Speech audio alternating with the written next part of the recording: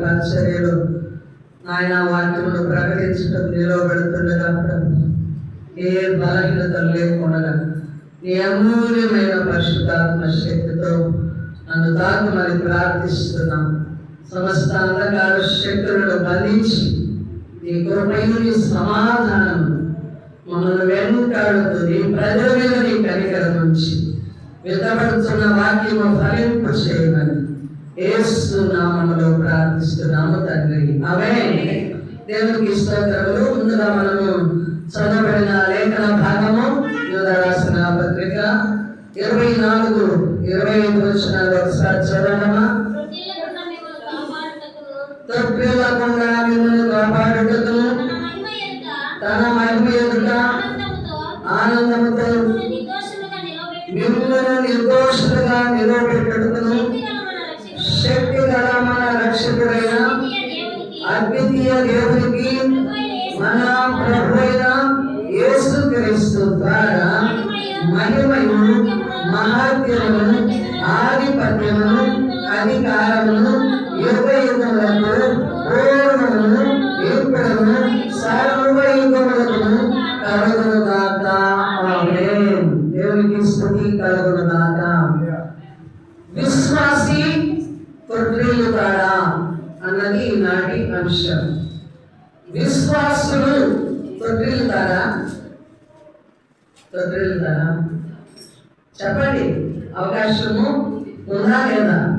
ఉంది. దేవునికి స్తోత్రం. హల్లెలూయా. విశ్వాసులు తొట్టిల్లుతారు కనుకనే దేవుడు ఇది మాట కాదు, వాగ్దానం. హల్లెలూయా. కాబట్టి విశ్వాసులు క్రైస్తవ జీవితంలో చాలా భయం ఉంటుంది. క్రైస్తవ జీవితంలో చాలా భయపడతారు. దేనికంటే ఎప్పుడు పడిపోతామో, ఆత్మీయ శక్తి ఎప్పుడు కోల్పోతామో. మేము రక్షణ పొందాము, క్రైస్తవంగా సాగుతున్నాం, లోకంలో యేసును కలిగి ఉన్నాం. మమ్మల్ని అనేక మంది పరిశీలన చేస్తూ ఉంటారు, ప్రతి విషయంలో మమ్మల్ని పేర్లు చేస్తూ ఉంటారు. అలాంటి సందర్భంలో ఒకవేళ విశ్వాసి తొట్టిల్లినట్లుగా, పడిపోయినట్లుగా, జారినట్లుగా, అలాగ బలహీనులైనట్లుగా లోకంలో ఉన్న వారికి కనపడినప్పుడు చులకన అవుతారు కదా, చులకన చేస్తారు. అయ్యో, మీరు క్రీస్తునందు విశ్వాసం ఉంచారు కానీ దానిని కొనసాగించలేక బలహీనులైపోయారు. అలాంటప్పుడు ఎందుకు మీరు యేసు ప్రభువును నమ్ముకున్నారు?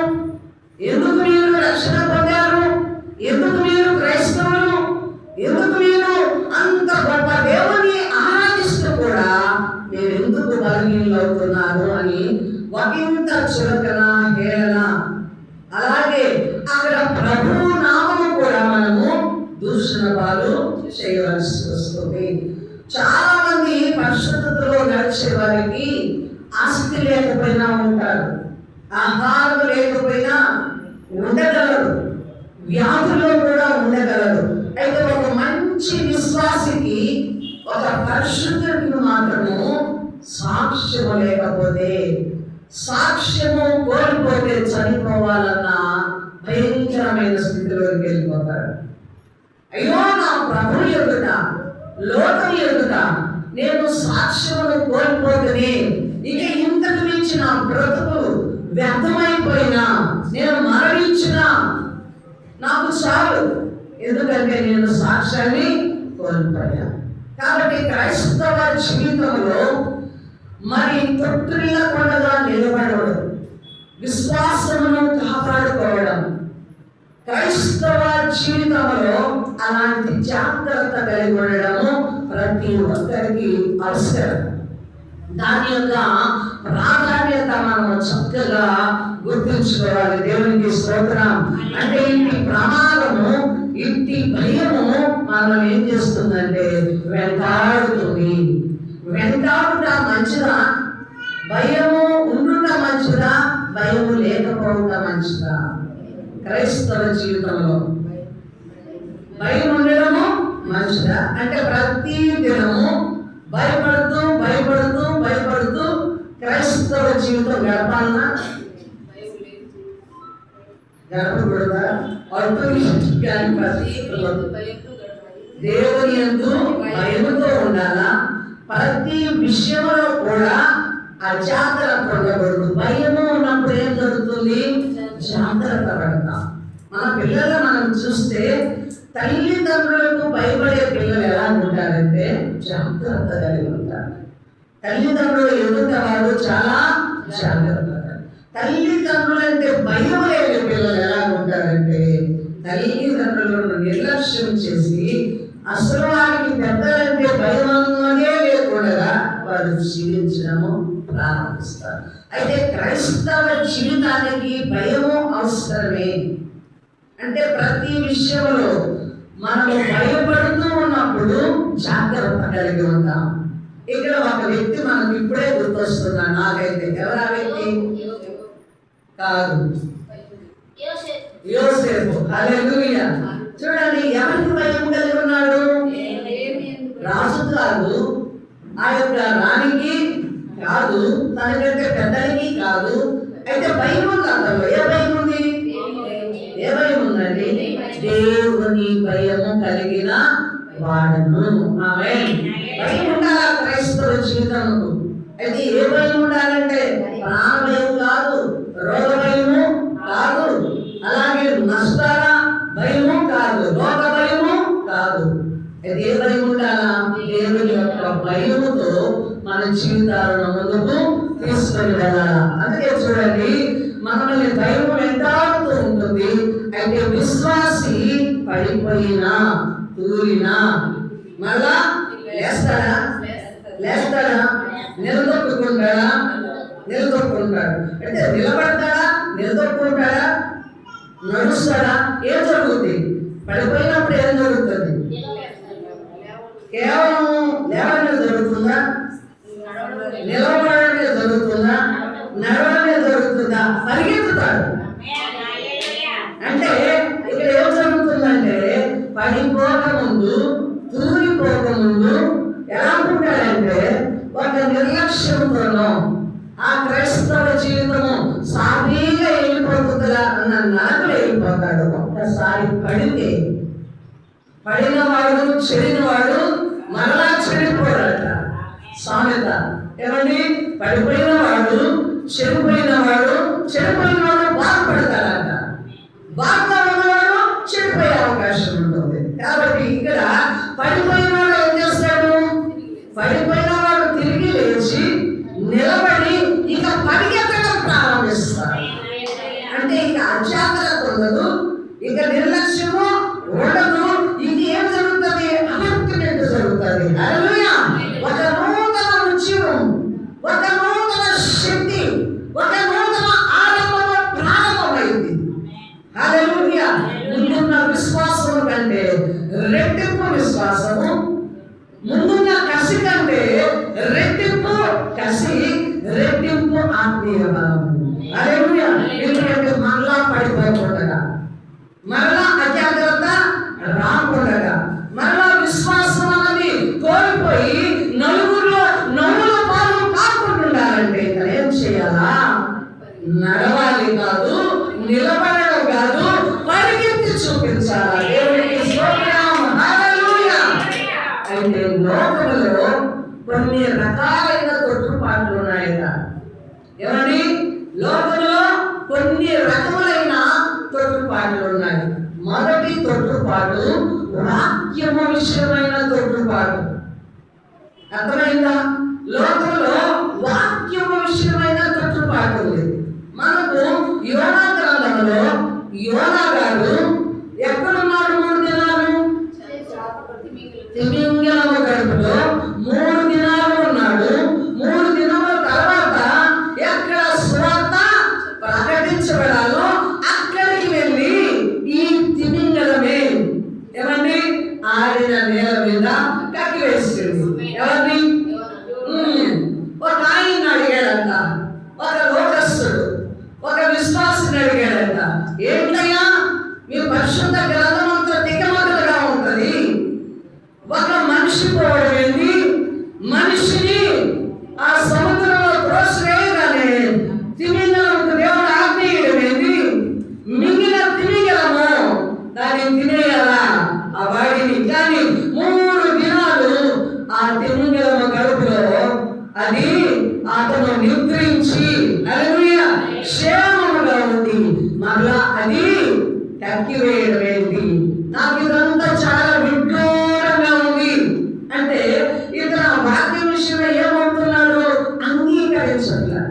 తొట్టిల్లుతున్నాడు. ఆమేన్. ఈ వాక్యం వారికి సందేహం ఉంది. అప్పుడు అతను అన్నాడంట, వినాయన, అయ్యా నువ్వు అలా అనుకుంటున్నావా? ఇదిగో నా దేవుడు ఒకవేళ పరిశుద్ధ గ్రంథంలో యోనాని తిమింగలాన్ని మింగేశాడు. హల్లెలూయా. తిమింగలము యోనా కడుపులో 3 దినాలు ఉన్నదని చెప్పినా నేను నమ్ముతాను. హల్లెలూయా. అర్థమైందా? భక్తుడు ఏమన్నాడంట, యోనాను తిమింగలం మింగడం కాదు, యోనాని తిమింగలాన్ని మింగి యోనా కడుపులో 3 దినాలు తిమింగలం ఉందని నా దేవుడు చెప్పిన ఆ మాట పరిశుద్ధ గ్రంథంలో ఉన్నా నేను నమ్ముతాను. ఏంటి అక్కడ? నా విశ్వాసం, నా నమ్మిక. దేవుడు మాట ఇచ్చాడు, దేవుడు శ్రమించాడంటే అక్కడ ఇంక విరుద్ధమో లేదు. హల్లెలూయా. అందుకని అసాధ్యమైంది ఏమీ లేదు, ఏమైనా చేయగలడు. కాబట్టి నేను తిమింగలాన్ని మనిషి మింగగలడు, మనిషిని తిమింగలము మింగగలడు. మాట పరిశుద్ధ గ్రంథంలో ఉందంటే అది నేను నమ్ముతున్నాను. ఆమేన్. హల్లెలూయా. లోకము ఇప్పుడు ఈ సువార్తను వీరి తొట్టిల్లుతున్నారు. విశ్వాసులైతే ఇదే బలం, ఇదే శక్తి. మనం అంటాము ఈ వాక్యము చుట్టి దేవుల దాగలన్నా మధురమైనది. అవునా కాదా? హల్లెలూయా. దేవునికి స్తోత్రం. ఈ వాక్యము పాల వంటిది, ఈ వాక్యము ఇంకా శుద్ధి వంటిది, అగ్ని వంటిది. ఈ వాక్యం మనల్ని బలపరుస్తుంది, ఈ వాక్యం మనల్ని ఆదరిస్తుంది, ఈ వాక్యం మనల్ని కృంగిన వారిని లేవనెత్తుతుంది. హల్లెలూయా. సహాయం లేకుండా తూలిపడే వారిని ఒక్కొక్క వాక్యము రేమ వాక్కు. హల్లెలూయా. వాక్యము శక్తి కలుగుట, ఆ వాక్యము వింటున్నప్పుడు, ఆ వాక్యము నీలో పనిచేస్తున్నప్పుడు వాక్యమే నీకు జీవాధారమైపోతుంది. దేవునికి స్తోత్రం. హల్లెలూయా. మనస్ఫూర్తిగా వాక్యము ధ్యానించే వారికి ఆకలి తప్పిదలు రావు. ఆమేన్. హల్లెలూయా. మనస్ఫూర్తిగా వాక్యము ధ్యానం చేస్తూ దేవుని గడిపే వారికి వాక్యములో ఆనందిస్తాడు. ఆమేన్. ఇప్పుడు కొంతమంది చూడండి, ఈ యొక్క ఏమంటారు వాటిని, నిధులు తొవ్వేవాడికి తొవ్వుతాడు. ఎందుకు తొవ్వుతాడు? నిధి దొరకాలన్న ఆశతో చెమటొచ్చి ఇంకా లోతుల్లోకి వెళ్ళేందుకు కసి పెరుగుతా ఉంటుంది. వాక్య ధ్యానం కూడా నిధి లాంటిది. హల్లెలూయా.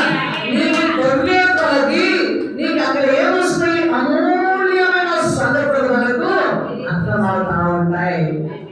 కాబట్టి ఎవరైతే వాక్యంలోని శక్తిని, వాక్యం యొక్క ఆనందమును అనుభవిస్తారో వారు తప్పనిసరిగా వాక్యమే వారికి జీవాహారము, వాక్యమే వారికి శక్తి. దేవునికి స్తుతి కలుగును గాక. మొదటిది, లోకము వాక్యం విషయంలో ఏం జరుగుతుందంట? తొట్టిల్లిపోతున్నారు. విశ్వాసులకైతే ఆ వాక్యమే శక్తి. తొట్టిల్లిన వారికి నిలవబెట్టుట వాక్యమే.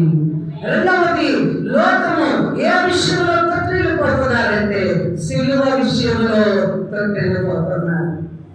అపొస్తలులు, శిష్యులు ఏ విషయం మీద వారికి ఆధారపడ్డారు? సువార్తకి వారికి ఆధారం ఏమిటి? శిష్యులు ప్రకటించారు, అపొస్తలులుగా శిష్యులు ప్రకటించారు.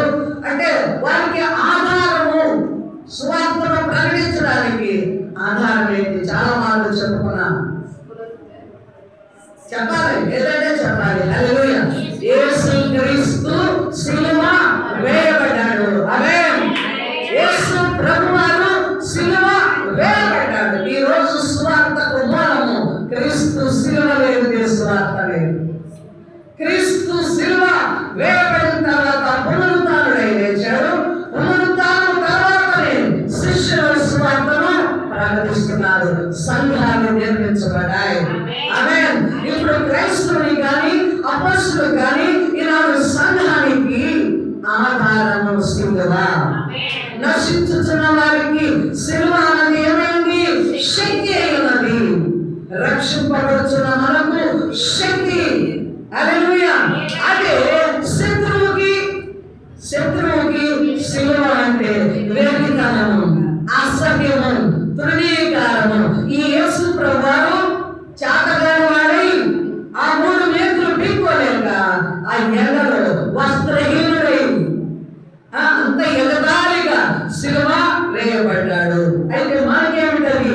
విశ్వసించిన వాడికి సిలువ శక్తి, విశ్వసించిన వాడికి సిలువే రక్షణకు ఆధారం, విశ్వసించిన వాడికి సువార్తకు మూలము సిలువ శక్తి. హల్లెలూయా. లోకములకైతే అది వెర్రితనము, అది చేతగానితనము, అది బలహీనత. చూడండి, ఇప్పుడు లోకమైన శత్రువు ఆ యొక్క సిలువను శత్రువులుగా మరి భావిస్తూ చులకన చేస్తున్నారు. మనకైతే శక్తి. దేవునికి స్తుతి కలుగునుగాక. రెండవది, ఏ విషయంలో లోకము తొట్టిల్లు పెడుతున్నారంటే సిలువ విషయంలో తొట్టిల్లుతున్నారు, అంగీకరించడం లేదు, యేసు ప్రభు యొక్క సిలువను ఆశ్రయించడం లేదు. ప్రియమైన దేవుని బిడ్డలారా, అలాగే మూడవదిగా గమనిస్తే లోపల తిరస్కారము అనే తొట్టిల్లు పాటిస్తుంది. ఒక విశ్వాసి రక్షింపబడి నిజాయితీగా యేసు ప్రభు నమ్ముకొని, అది నువ్వు ఎక్కడ ఏ సంబంధించిన వాడవైనా సరే ప్రభుతో నడుస్తున్నప్పుడు నీకు అక్కడ ఏం జరుగుతుందంటే వ్యతిరేకులు ఎక్కువైపోతారు, వ్యతిరేకత వస్తుంది. నువ్వు చెడిపోతే సపోర్ట్ చేస్తారు, కానీ బాగుపడి యేసుతో నడిస్తేనే అక్కడే నీకు వైభవం వచ్చేస్తుంది. నీ ఇంటి వారితో శత్రుత్వం వచ్చేస్తుంది, నీ అయిన వారితో శత్రుత్వం వచ్చేస్తుంది, నీ కులపు వారితో శత్రుత్వం వచ్చేస్తుంది. అనేక రకాలుగా నీకు హింస, బాధ, తృణీకారము, నెమ్మది లేని తనము, అనేకమైన సమస్యలు ఎప్పుడు వస్తాయంటే క్రీస్తులో నిజాయితీగా ఉన్నప్పుడు నీకు ఏమండి శ్రమలు, ఇరుకులు, హింసలు, బాధలు, కష్టములు, అలాగే వ్యతిరేకతలు, అలాగే శత్రువులు అనుభవించుకునే వారు ఎక్కువైపోతారు. ఈనాడు విశ్వాసం కూడా ఎలాంటిది కనబడుతుందంటే సుఖ జీవనము, సుఖమైన జీవితం. యేసు ప్రభువా నీకు ఎందుకు కావాలి అంటే, యేసయ్య నా మొక్కులను అంగీకరించి నాకు జవాబు ఇవ్వాలి, నా ప్రార్థనకు ఆయన జవాబు ఇవ్వాలి. ఇప్పుడు మనం పాడుతున్నాం, కష్టంలో, నష్టంలో, అన్ని సమయాలలో, వ్యాధులు, బాధల్లో నాకైనా తోడుగా ఉండడానికి యేసు కావాలి, నన్ను హెచ్చించడానికి యేసు కావాలి, నన్ను ఆశీర్వదించడానికి యేసు కావాలి, నా సరిహద్దులను విశాలపరచడానికి యేసు కావాలి. ఎఫెసు ప్రార్థన చేశాడు, అయినా నేను వేదన పొందుకొని అయ్యా నా సరిహద్దులను విశాలపరచు, కీడుల నుంచి దూరము చెయ్యి, తప్పించు, నన్ను ఆశీర్వదించు. చూడండి, ఆ యొక్క చిన్న ప్రార్థన ఎఫెసు జీవితాన్ని ఎంతగానో హెచ్చించింది. ఇప్పుడు ప్రార్థించు, ఓకే, నీకు అండగా దేవుడు కావాలి, తోడుగా నీకు దేవుడు కావాలి, సహాయకుడుగా నీకు దేవుడు కావాలి. నమ్మిన వాడు, ఆయన నిజమైన వాడు, రుజువైన వాడు, ఎల్లప్పుడూ నీకు తోడుగా ఉన్న దేవుడు కాబట్టి ఆయన నీకు కావాలి, తప్పదు. అయితే ఆయనతో పాటు కూడా హింసలు కావాలి, శ్రమలు కావాలి, నిందలు కావాలి, ఇంకా ఏం కావాలి? శత్రువులు కూడా ఉండాలి. క్రీస్తునకు శత్రువులు లేరా? ఈనాటికి ఉన్నారు. హల్లెలూయా. ఈనాటికి యేసు నామము దూషించేవారు లేరా? ఉన్నారు. హల్లెలూయా. ఈనాటికి క్రైస్తవుని హింసించేవారు లేరా? ఉన్నారు. హింసలో సైతము పరిశుద్ధులైన వారు, నిజమైన విశ్వాసులైన వారు ఆనందిస్తున్నారు.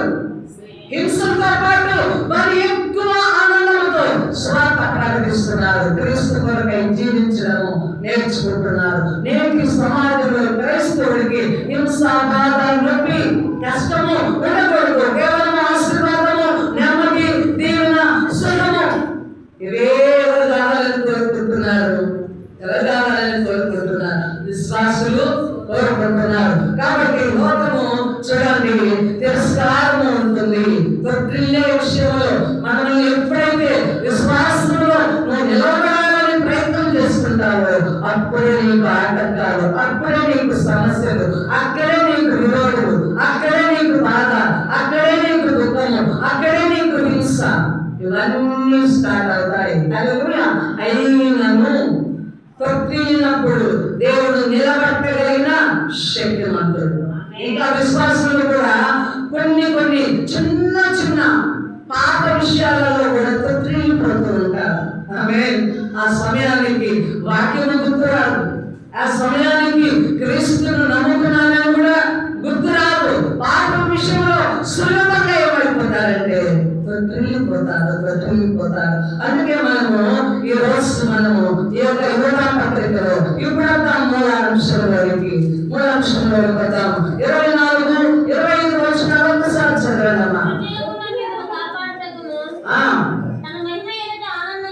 తన మహిమ ఎదుట ఆనందముతో మిమ్ములను నిర్దోషులుగా నిలబెట్టుటకు శక్తి కలిగిన మన రక్షకుడైన అద్వితీయ దేవునికి మన ప్రభువైన యేసుక్రీస్తు ద్వారా మహిమయు మహాత్మ్యమును ఆధిపత్యమును అధికారమును యుగయుగములకు పూర్వమును ఇప్పుడును సర్వయుగములకు కలుగునుగాక. ఆమేన్.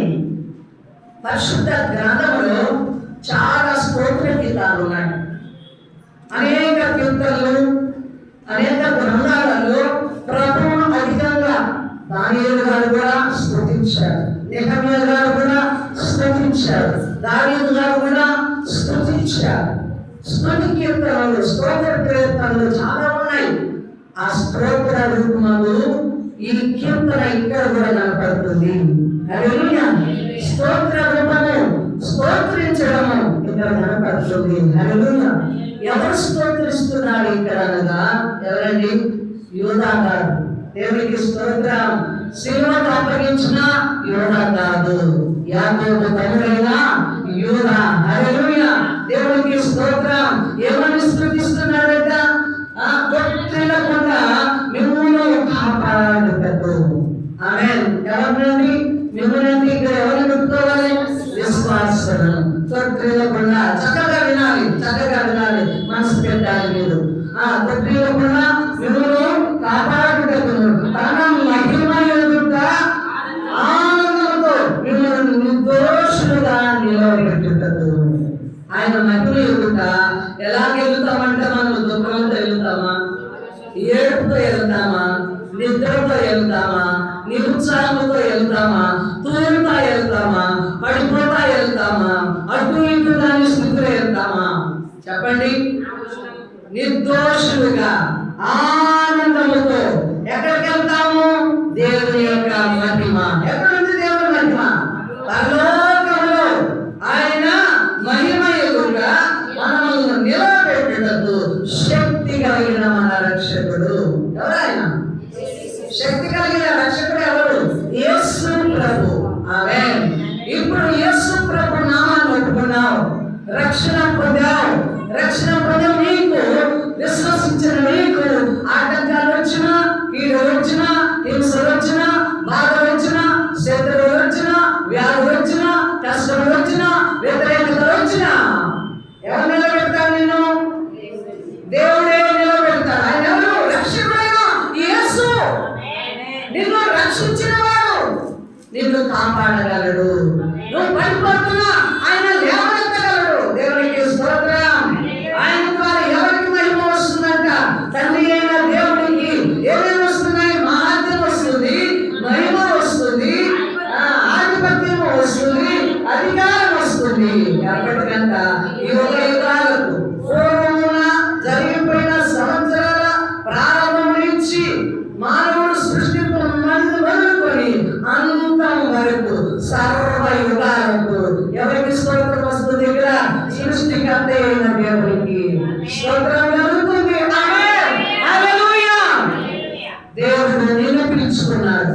ఆయన పిలుపులో నువ్వు నిలబడ్డావు. ఆయన నీకు ఇచ్చిన రక్షణ చాలా బలమైనది, ఉన్నతమైనది. ఆమేన్. ఆయన నిన్ను విడిచిపెట్టాడు. నీవు తొట్టిల్లినా ఆయన నిన్ను స్థిరపరుస్తాడు. ఆయనకు శక్తి ఉంది. ఆయన మహిమ ఎదుట నేను నిలబెట్టుకోవాలా? ఇప్పుడు లోకంలో నుంచి పిలుచుకున్నాడు, రక్షణ ఇచ్చాడు, యేసు నామమును అంగీకరించాడు. యేసు నామమును వెంబడిస్తున్న నీవు ఇక్కడితో ఆగిపోకూడదు. ఆయన యొక్క ప్రణాళిక ఏమిటి? అంతం వరకు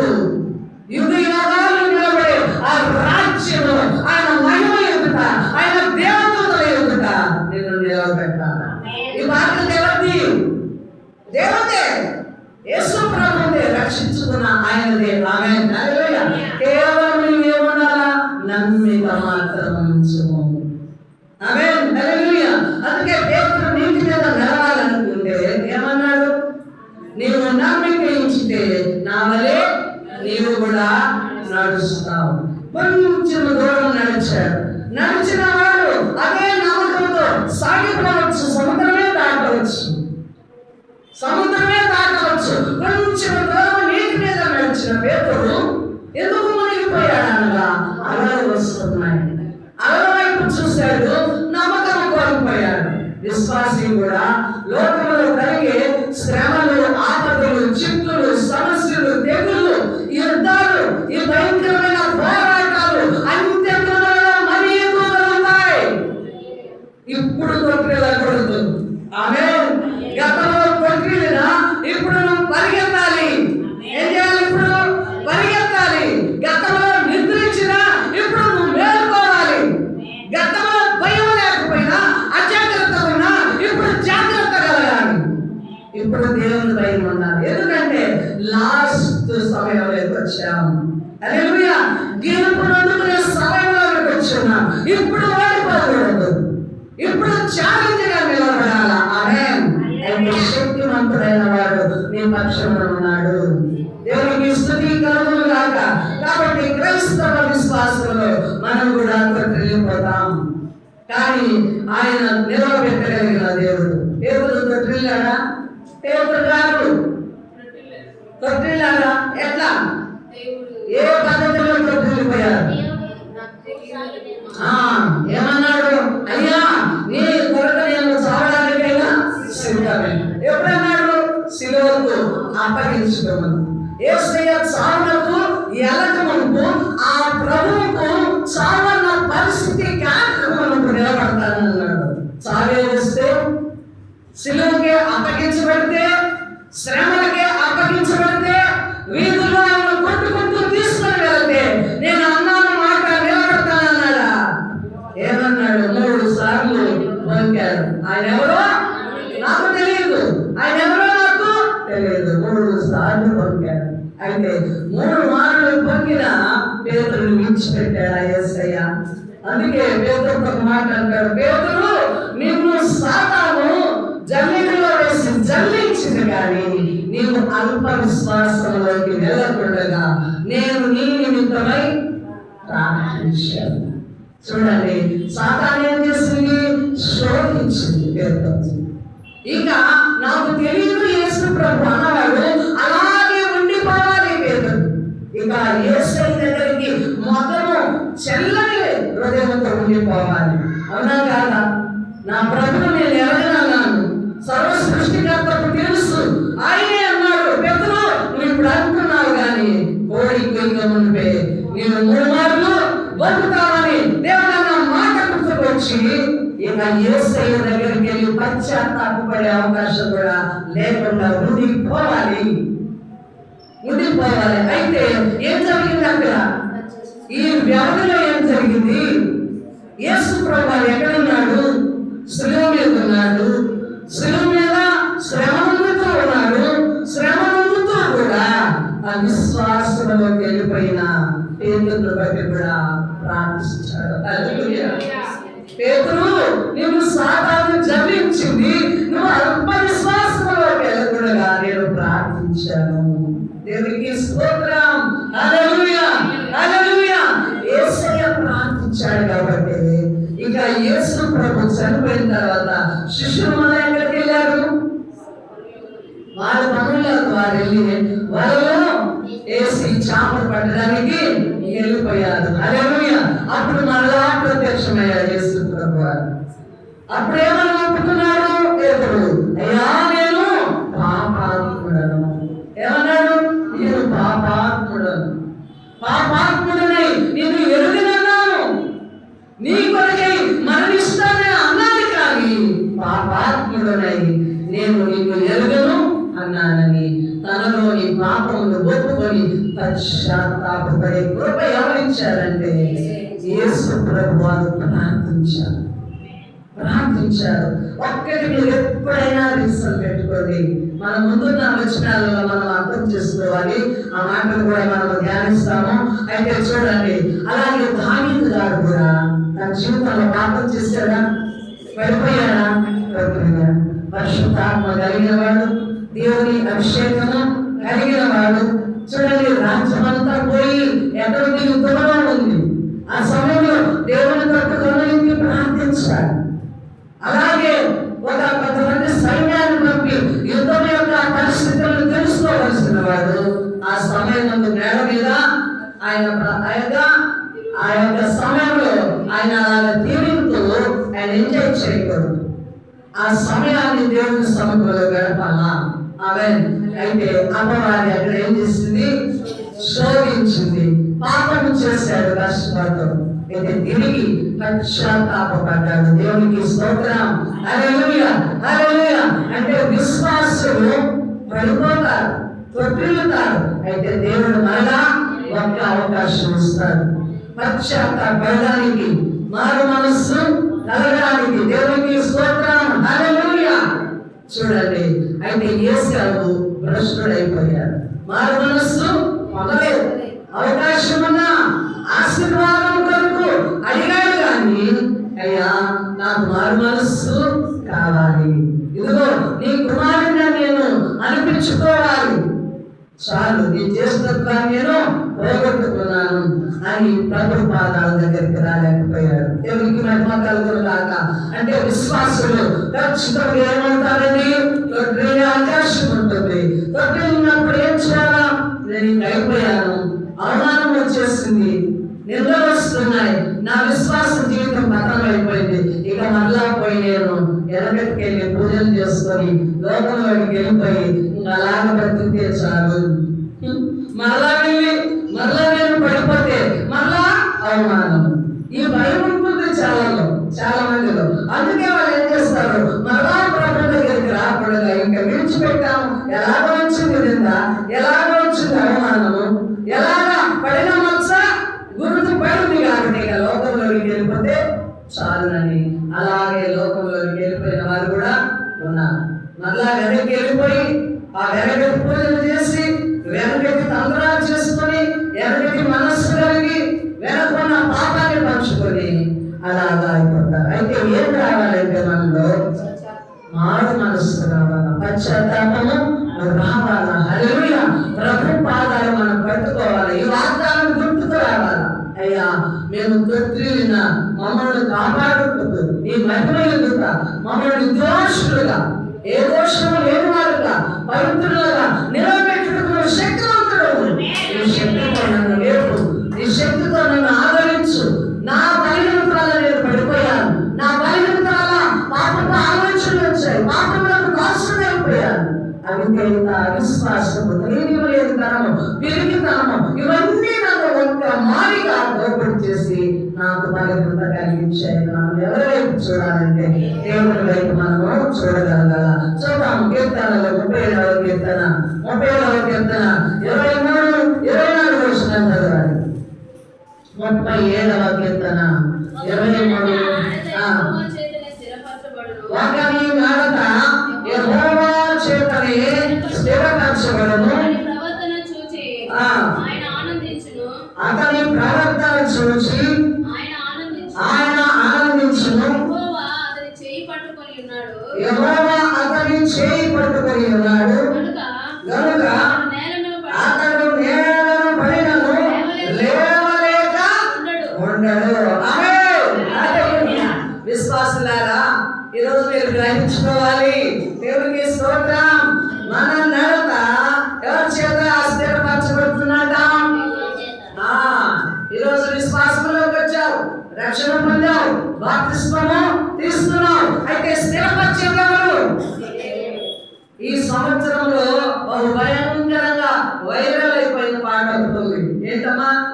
స్థిరపరచువాడు బలపరచువాడు, నా పక్షమును నిలిచి జయమిచ్చేవాడు. హల్లెలూయా. పాట పాడతాము కానీ స్థిరపరచబడుతున్నామా? స్థిరపరిచే దేవుని వైపు చూస్తున్నామా? ఒకని నడత. హల్లెలూయా. నీ విశ్వాస జీవితం యొక్క నడత నీ వల్ల కాదు.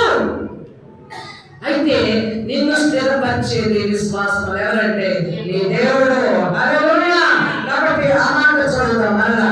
దాని వారి ప్రవర్తన చూచి ఆయన ఆనందించును. ఆమేన్. మొదటగా దేవుడు చేసే పని ఏమిటో తెలుసా? రక్షణ పొందిన తర్వాత, క్రీస్తును అంగీకరించిన తర్వాత నిన్ను ఆయనలో స్థిరపరచుకుంటాడు. స్థిరపరచబడిన నీవు, నిలదొక్కున్న నీవు ఇక తొట్టిల్లకుండా పరిగెత్తే స్థితి, ప్రకటించే స్థితి, ధైర్యంతో విశ్వాసంతో నడిచే స్థితిని బట్టి ఎవరు ఆనందిస్తారంటే స్థిరపరిచిన వాడు ఆనందిస్తాడు. పలుమార్లు ఆయన స్థిరపరుస్తున్నా నువ్వు పడిపోతుంటే దేవునికి ఆనందమా? ఆనందమా? ఎన్నిసార్లు లేపాలి, ఎన్నిసార్లు నేను స్థిరపరచాలి, ఎన్నిసార్లు క్షమించాలి. హల్లెలూయా. చూడండి, అపరాధిని యేసయ్య అనే పాట మనము బలారాధనలో పాడుకుంటాం. ఎన్ని సంవత్సరాలు పాడతాం అంటే విశ్వాసి జీవితకాలమంతా నేను అపరాధిని అపరాధిని అపరాధిని అని పాడితే ఇక అపరాధం లేకుండా జీవించింది ఎప్పుడు నువ్వు? హల్లెలూయా. కాబట్టి ఇట్లాగా కొన్ని అన్యతలు ఉంటాయి మనలో. కానీ దేవుని చేతికి మన విశ్వాస జీవితాన్ని అప్పగిస్తే ఆయన నేను ఏం చేస్తాడు? పవిత్రతలో స్థిరపరుస్తాడు. నిర్దోషత్వంలో నిన్ను స్థిరపరుస్తాడు. హల్లెలూయా. ఒక సంఘముగా నిన్ను స్థిరపరిచేస్తాడు. దేవునికి స్తోత్రం. హల్లెలూయా. అప్పుడు నీ నరకను బట్టి ఆయన ఆనందిస్తాడు. మన నరకను బట్టి, మన తీరును బట్టి, విశ్వాస యొక్క జీవితాన్ని బట్టి దేవుడు తప్పగా ఆనందిస్తాడు. ఆనందిస్తాడా? యేసు ప్రభు జీవితాన్ని బట్టి కూడా తండ్రి అయిన దేవుడు ఆనందించాడు. యేసు ప్రభు వారు బాప్తిసం తీసుకున్నప్పుడు ఏం జరిగింది? పరిశుద్ధాత్మ ఆకాశం నుండి ఆయన మీదకి వచ్చిందని ఆకాశంలో నుండి ఒక శబ్దం వినపడింది. ఈయన నా ప్రియ కుమారుడు, ఈయన యందు నేను ఆనందిస్తున్నాను. దానియేలు కూడా ఏమన్నాడు? నీవు నాకు బహు ప్రియుడు, కాబట్టి నువ్వు ప్రార్థన చేస్తుండగానే నేను గాబ్రియేలు దూతను ఎంతకు పంపాను. ఆమేన్. హల్లెలూయా. విశ్వాసం ఎలా ఉండాలి? ఎవరికి ప్రియులు ఉండాలి? దేవునికి ప్రియులు ఉండాలి. చాలా మందిలో చూడండి, మన వృద్ధాప్యంలోనికి వచ్చిన మన తల్లిదండ్రులకు మనం ఎలా కనపడాలా? ప్రియులుగా ఉండాలి. ఒకంత అక్రమం ఎక్కువ ప్రేమించిన ఇంటికి పెద్ద పిల్లలు ప్రేమించడం చెడు ముడుచుకుంటారు. నువ్వు అక్కడే ప్రేమిస్తున్నావు, అక్క పిల్లల్నే ప్రేమిస్తున్నావు. అవునా కదా? ఒకవేళ లాస్ట్ బుడ్డది చిన్నది పెళ్లి అయిపోయినా అందరికంటే చిన్నది వృద్ధాప్యంలో మమకారంతో చూసుకున్నారని తల్లి తండ్రి అన్నదమ్ములు కొంచెము చిన్న పిల్లలు ఎక్కువగా చూసుకుంటే ఆ పిల్లంటే నీకు ఇష్టం, మేమంటే నీకు ఇష్టమే లేదు, మమ్మల్ని ప్రేమించడానికి మేము ఎందుకు రావాలి, మేము రాం. కొన్నిసార్లు గట్టిగా ఉండిపోతారు. ఎందుకు? మళ్ళా వీరి ప్రియము, వీరి ప్రేమ, వీరు వ్యక్తపరిచి లేదమ్మా ఆ పిల్లకి అంతా బయటికి కనపడిస్తున్నా నువ్వంటే నాకు గుళ్ళ ప్రేమని బుద్ధగిస్తారు. మళ్ళా అలాగే వారి నా సహాయం చూస్తున్నారు. వాళ్ళ తండ్రి కూడా అలాగే బుద్ధగిస్తారు. హల్లెలూయా. కాబట్టి చూడండి, ఇలాగా ఉంటుంది. అంటే మనుషులు మనల్ని ప్రియులుగా ఎంచాలా, ప్రేమించాలా, వారి ప్రేమనంతా నాకే కావాలని పోటీ పడుతుంటాం. అయితే అసలైన వారిని విడిచిపెడతాం. మానవునికి అసలైన ప్రేమ, నిజమైన ప్రేమ, శాశ్వతమైన ప్రేమ, హద్దులు లేని ప్రేమ, వేషధారంతో లేని ప్రేమ ఏ ప్రేమ అంటే యేసయ్య ప్రేమ. ఆయన నిన్ను ప్రియుడిగా ఎంచుకున్నాడు, ఇష్టమైన వాడిగా ఎంచుకున్నాడు, ప్రియ కుమారుడిగా, ప్రియ కుమార్తెగా నిన్ను ఎంచుకున్నాడు. ఆమేన్. అందుకే యేసు ప్రభు ఏమన్నాడు? ఏమని? అప్పుడు ఆయన స్వార్థను ప్రకటించలా, ఆయన ఇంకా స్వస్థతను కూడా చేయలా, వచ్చిన కార్యంలో ఒక భాగం కూడా స్టార్ట్ చేయాలి. ఆయన నా ప్రియ కుమారుడు, ఈయన ఎందుకు ఏమీ చేయకముందే యేసు ప్రభువును బట్టి దేవుడు ఏం చేశాడు? ఒక సాక్ష్యం ఇచ్చి ఆనందిస్తున్నాడు. ఈరోజు దేవుడిని మనం ఆనందింపచేయాలి. యేసయ్య నీ జీవితాన్ని బట్టి, నీ బ్రతుకును బట్టి, నీ విశ్వాస జీవితాన్ని బట్టి యేసు ప్రభు ఆనందించడం స్టార్ట్ చేస్తే, నువ్వు అడగకుంటే అన్ని నీ ముందుకు వచ్చేస్తాయి. హల్లెలూయా. ఆయన ఆనందింపజేస్తే కొన్ని అన్ని ముందుకు వచ్చేస్తాయి.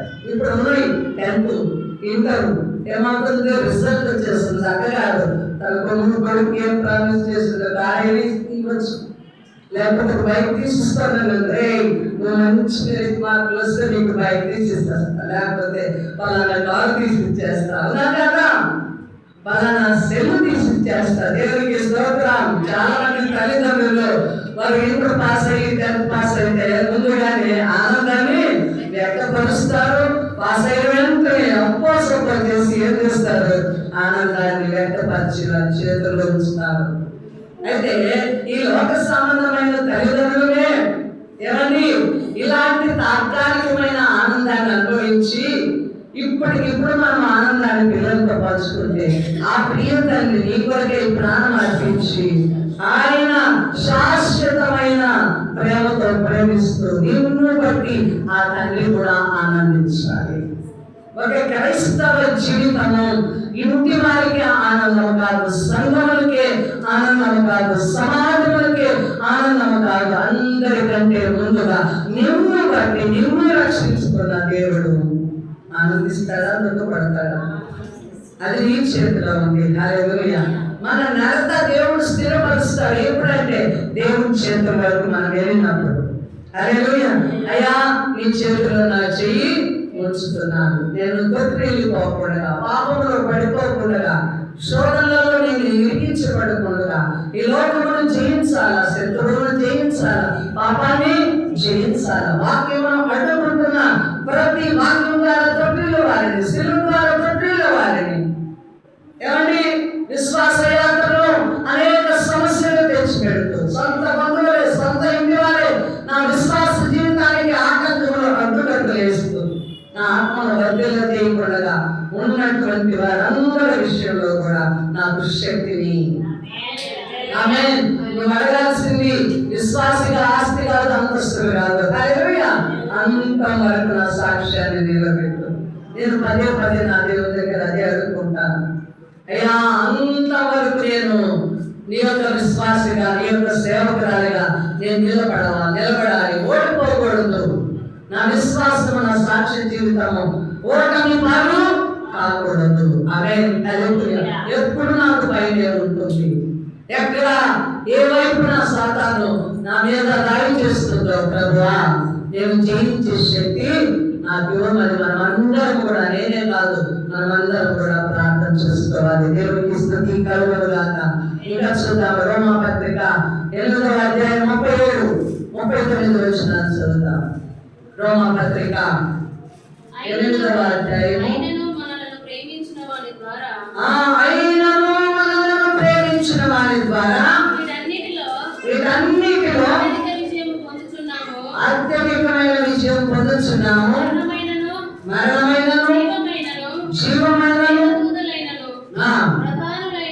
ప్రధానులైనను ఉన్నవైనను రాబోయేనను అధికారులైనను ఎత్తైనను లోకైనను సృష్టింపబడిన మరి ఏదైనను మన ప్రభువైన క్రీస్తు యేసునందరి ప్రేమ నుండి మనలను ఎడబాపనేరని. ఎవరంటున్నారు ఈ మాట? ఎవరంటున్నారు? పౌలు గారు.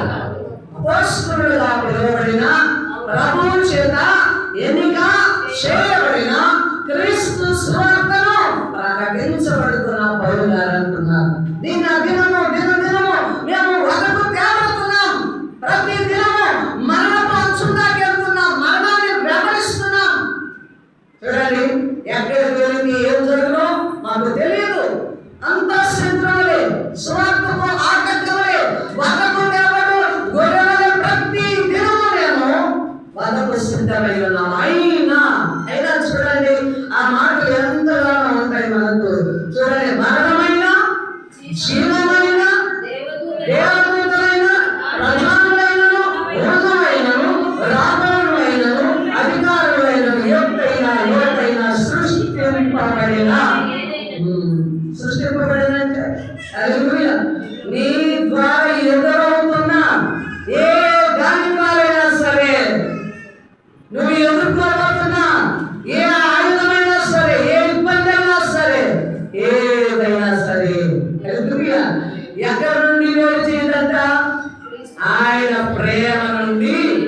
వేరు చేయదు.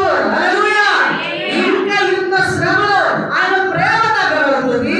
ఆయన ప్రేమతో నన్ను హత్తుకుంటాడు. మనం ప్రేమించిన వారి ఆమేన్. అయిపోయింది. యేసు ప్రభువు శిలువ వేయబడము, యేసు ప్రభువు తనను తాను అప్పగించుకోవడం ఎవరి నిమిత్తం? మనల్ని ప్రేమించాడు, మనల్ని ప్రేమించాడు, మనల్ని ప్రేమించి మనల్ని విడిపించుకున్నాడు, మనల్ని ప్రేమించి తన శక్తిని, తన ప్రాణం, తన రక్తము మన కొరకు అర్పించి మనము ఆయన వేరపెట్టి కొన్నాడు ప్రేమ చేత. ఆ ప్రేమించిన దేవుడు లోకమునే వచ్చిన ఆ ప్రేమను నిన్ను ఎడబాయడు. హల్లెలూయా. నీకు దూరం కాదు, నీ చెయ్యి విడవడు. దేవునికి స్తోత్రం అని నేను రూఢిగా ఏమంటారు? ఎప్పుడు విశ్వాసకి నమ్మకం ఉండాలి, నమ్మకం ఉండాలి. ఏమి జరిగినా నా దేవుడు నా చెయ్యి విడవడు. ఏమి వచ్చినా నా దేవుడు నన్ను చెయ్యి విడవడు. ఆయన నన్ను ప్రేమించాడు, తన ప్రాణము అర్పించుకున్నాడు, తనను తాను నా నిమిత్తం నా కొరకు అర్పించుకున్న వాడు ఎన్నటికన్నిటికీ ఆయన నన్ను విడిచి పెట్టడు అన్న నమ్మకం ఎవరు ఉండాలి? విశ్వాసం ఉండాలి. అందుకే చెప్తాను, యోహాను సువార్త 6వ అధ్యాయము 37-39 వచనాలు చదవాలి. యోహాను సువార్త. తండ్రి నాకు అనుగ్రహించు వారందరూ నా యొద్దకు వత్తురు, నా యొద్దకు వచ్చువాని నేను ఎంత మాత్రమును త్రోసివేయను. ఆమేన్. హల్లెలూయా. దేవునికి స్తోత్రము కలుగును గాక. చూడండి, తండ్రి నాకు అప్పగించిన అనుగ్రహించిన వారందరూ నా యొద్దకు వచ్చుదురు, నా యొద్దకు వచ్చిన వారిని నేనెంత మాత్రమును. చూడండి, దేవుని లోకంలోకి యేసు ప్రభువు పంపించారు. యేసు ప్రభువు రక్తం ద్వారా ఎందరైతే వినాలా, చక్కగా నావైపు చూడాలా, ఎందరైతే ఆయన అంగీకరించారో వారందరూ కూడా తండ్రి అయిన దేవుని ద్వారా కుమారుడికి మనల్ని అప్పగించాడు.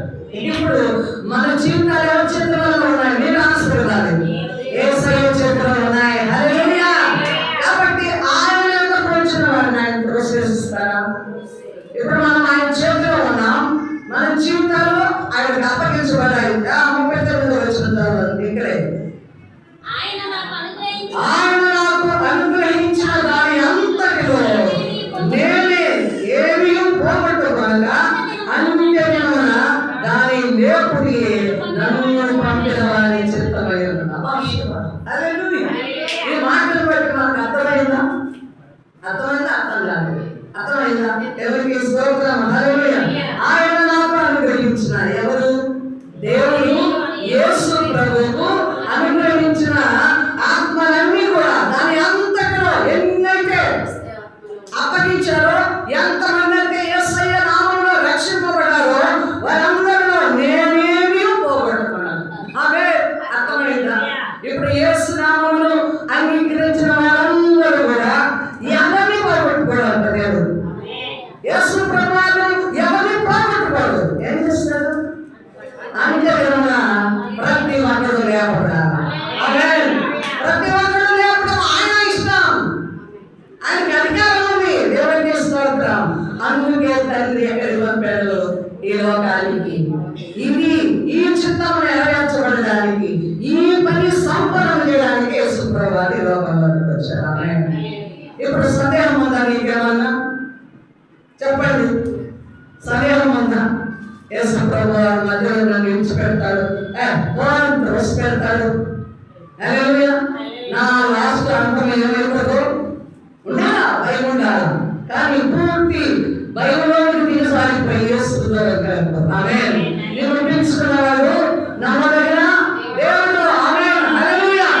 ఎంతమంది యేసు నామమును బట్టి 15వ అధ్యాయం చాలా మాటలు చెప్పారు. యోహాను సువార్త 15 చదువుకున్నారా?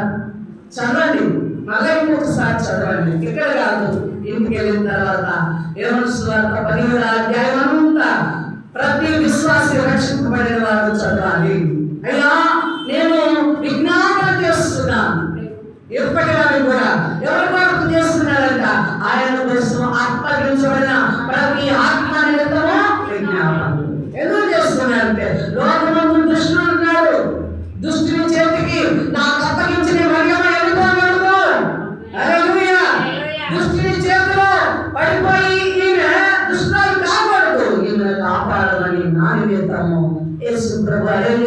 చేస్తున్నాడు? నీ నిమిత్తము యేసు ప్రభువారు ప్రార్థన చేస్తున్నాడు. తండ్రి, నేను నీలో ఎలా ఉన్నాను, నాలో నువ్వు ఎలా ఉన్నావు, మనం ఇద్దరము కలిసి ఎక్కడ ఏ స్థలంలో ఉన్నామో ఆ స్థలంలో నీవు నాకు ఇచ్చిన ప్రతి ఒక్కరు కూడా, నాకు అనుగ్రహించిన ప్రతి ఒక్కరు కూడా మనతో కలిసి మనమున్న స్థలంలో ఏముండాలంట?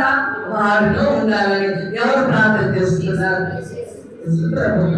చూడండి, ఎప్పుడు నేను 84లో రక్షింపబడ్డా, 84లో రక్షింపబడి తర్వాత నా రక్షణ జీవితాన్ని కోల్పోయాను. పూజలు చేశాను, అనేక దేవుళ్ళ తట్టు తిరిగాను, సినిమాలు చూశాను, షికారులు చూశాను, భర్తకు అనుకూలమైన జీవితాన్ని జీవించాను. 20 సంవత్సరాలు దేవుడు అన్నది లేదు, మందిరం అన్నది లేదు. అయితే దేవుడు మరలా అలాగే వదిలివేశాడు నన్ను. యవ్వన కాలంలో రక్షణ పొందాను, తెలిస్తే నాకు దేవుడు అనుకున్నాను. నాకు ఇక లోకంలో ఏ సినిమా వద్దు, ఏ స్నేహం వద్దు, నేను పవిత్రంగా బ్రతకాలని అలాగే జీవించిన నేను మరలా పతనమైపోయాను, పడిపోయాను, జారిపోయాను. అయితే ఇప్పుడు లేపి పరిగెత్తిస్తున్నాను. హల్లెలూయా! ఇప్పుడు నిలబెట్టుకున్నాను. దేవునికి స్తోత్రం. అంటే విశ్వాసి రక్షింపబడిన బిడ్డను దేవుడు ఎవరిని కూడా, నన్నే కాదు నిన్ను కూడా, ఎవరిని కూడా విడిచిపెట్టాడు. అందుకే రక్షణ యొక్క ప్రాముఖ్యత ప్రతి ఒక్కరికి అవసరం. నా గొర్రెలు నా చేతిలో ఉన్నాయి కాబట్టి అవి నశించిపోవు. హల్లెలూయా! వాటిని ఎవరు కూడా దొంగిలించడు, వాటికి సమృద్ధి జీవాన్నిస్తాను. వస్తాయి, శోధనలు రావచ్చు, బలహీనలు రావచ్చు, అల్ప విశ్వాసం రావచ్చు, మరలా ఏదో దాని తట్టు తిరగవచ్చు. కానీ దేవుడు మరలా ఏం చేస్తాడు? తప్పిపోయిన గొర్రెలను ఆయన వెతికి మరలా గొప్ప ఆనందంతో, ఏమండి, 99 గొర్రెలు విడిచి ఒక్కటి తప్పిపోయిన గొర్రెలు, అంటే మందలో ఉండి దారి తొలగిపోయిన గొర్రెలు ఏం చేస్తున్నాడు? వెతికి అది దొరికినాక భుజముల మీద వేసుకొని 99 గొర్రెల కంటే కూడా ఆ ఒక్క గొర్రె నిమిత్తం ఏం చేస్తున్నాడు? ఆనందిస్తున్నాడు.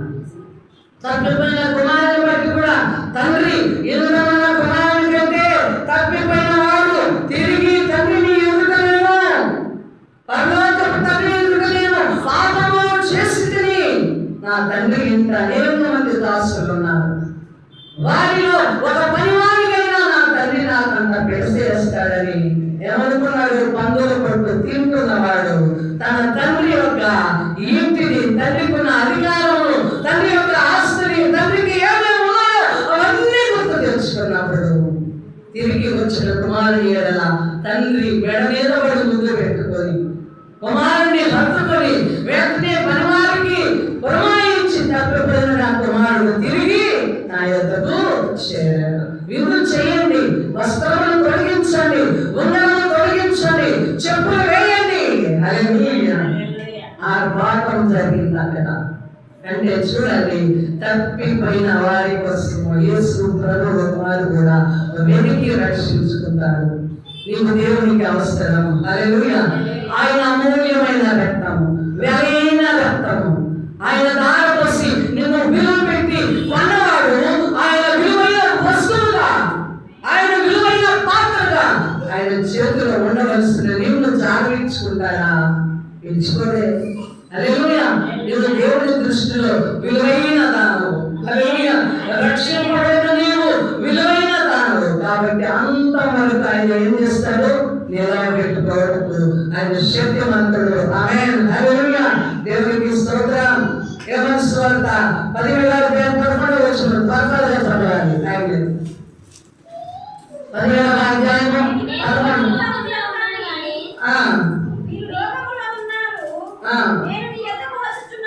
నేను నీ యొద్దకు వస్తున్నాను. మనము ఏకమై ఉండులాగున నీవు నాకు అనుగ్రహించిన నీ నామమందు ఏం చేయాలంట? వారిని కాపాడమని ఎవరి నిమిత్తం ప్రార్థన చేస్తున్నాడు?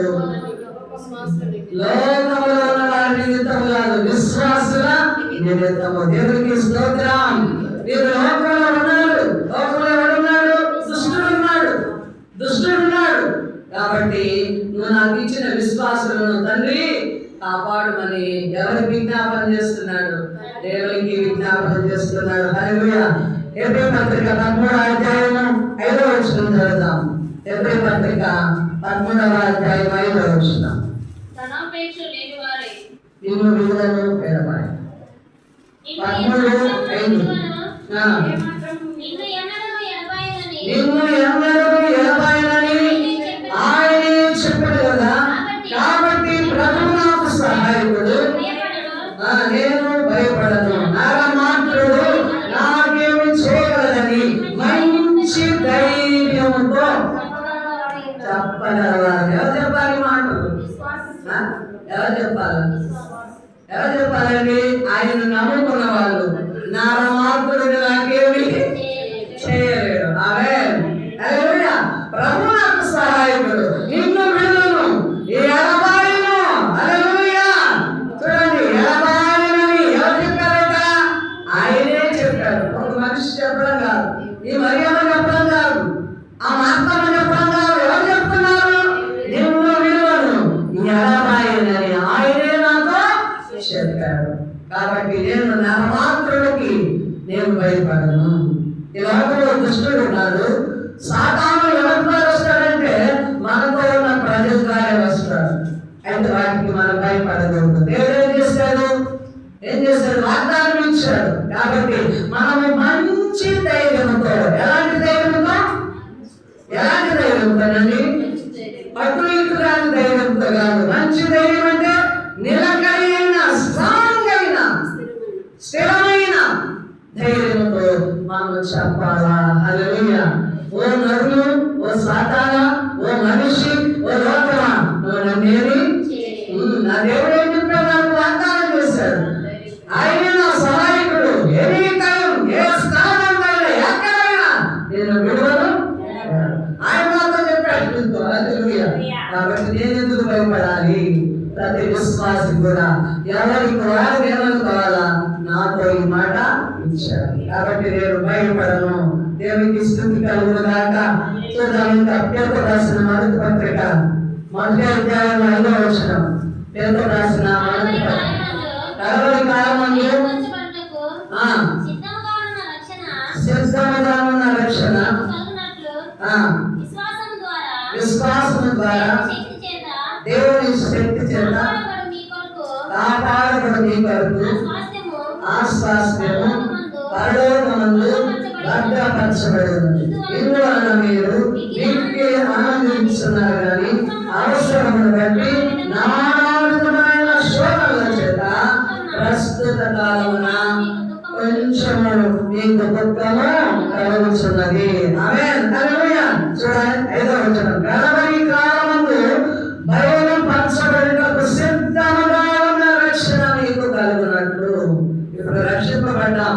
అయితే ఈ రక్షణ ఎంతవరకు ఉంటుందంట? విశ్వాసం ద్వారా దేవుని శక్తి చేత కాపాడబడు మీ కొరకు. ఈ రక్షణ ఎప్పటి వరకంట? కడవరి కాలము, ఆఖరి దినములో. దేవునికి స్తోత్రం. ఈ రక్షణ ఎందుకు కాపాడబడుతుందంటే ఆ స్వాస్థ్యము పరలోకమందు భద్ర రక్షణ పొందిన వారికి పరలోక రాజ్యము, పరలోకపు స్వాస్థ్యము మీ కొరకు దేవుడు ఏం చేశాడు? భద్రపరిచాడు. ఒక్కొక్క విశ్వాసికి పరలోకంలో స్థలాలు ఉన్నాయి, స్థానం ఉంది. నీ కొరకు అక్కడ స్థలం సిద్ధపరిచాడు. దేవునికి స్తోత్రం. అందుకే యేసు ప్రభువారు ఆయన పరలోకం ఎత్తబడడానికి ముందుగా మీ హృదయములను కలవరా పడాలి. నేను వెళ్తాను మంచిది. నేను వెళ్ళి నీ కొరకు అనేక నివాసములను సిద్ధపరచు, మరలా వచ్చి మిమ్మల్ని తీసుకొని వెళ్తాను. ఆమేన్. శిష్యులకే కాదు, ఇప్పుడు నమ్మిన విశ్వాసులకు అందరికీ కూడా ఇస్తున్నారు. దేవునికి స్తోత్రం. ఇందువలన మీరు మిక్కిలి ఆనందించుతున్నారు. దేని బట్టి ఆనందించాలి? పొందుతున్న రక్షణ బట్టి ఆనందించాలి. దేవుని మనం బట్టి భద్రపరిచిన స్వాస్థ్యము ఎక్కడుంది? ఈ యొక్క స్వాస్థ్యాలు ఒక చోట ఒక 10 సెంట్లు కొన్నా కానీ 10 మార్లు పోయి చెక్ చేసుకొని వస్తాం. అవునా కాదా? ఎవరైనా ఆక్రమించాడా? ఎవరైనా దోసుకున్నారా? అందుకే ఇప్పుడు తెలివితేటలు ముదిరిపోయి మనమున్న ఏరియాలలోనే